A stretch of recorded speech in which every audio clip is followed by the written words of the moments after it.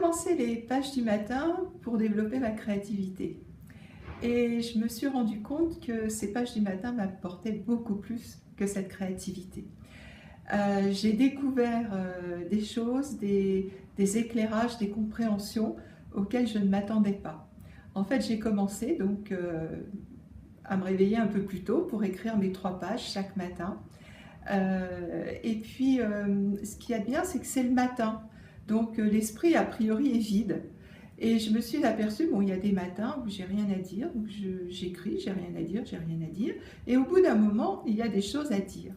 Et dans les choses à dire, je m'aperçois parfois qu'il y a des choses que je croyais avoir résolues, et en fait qui reviennent comme ça de façon sous-jacente.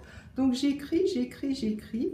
Et ce que je trouve extraordinaire, c'est que c'est souvent à la fin de ces 3 pages, j'ai un éclairage, j'ai une compréhension, j'ai une solution, j'ai des idées. D'autres choses aussi, je m'aperçois que quelque chose qui s'est passé la veille revient encore le matin. Et les pages du matin me permettent de mettre noir sur blanc devant moi et de me vider la tête à nouveau, de me vider un peu plus la tête.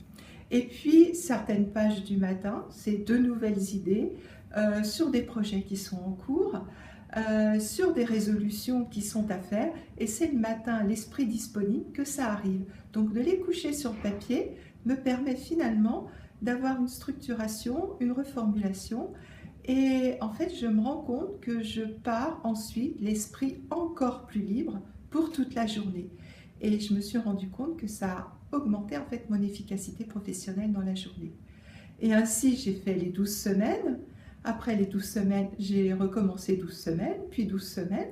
Je l'ai fait pendant 18 mois. J'ai arrêté parce que je trouvais que ça allait bien. Et puis j'ai recommencé au bout de 9 mois parce que je trouvais que c'était vraiment important.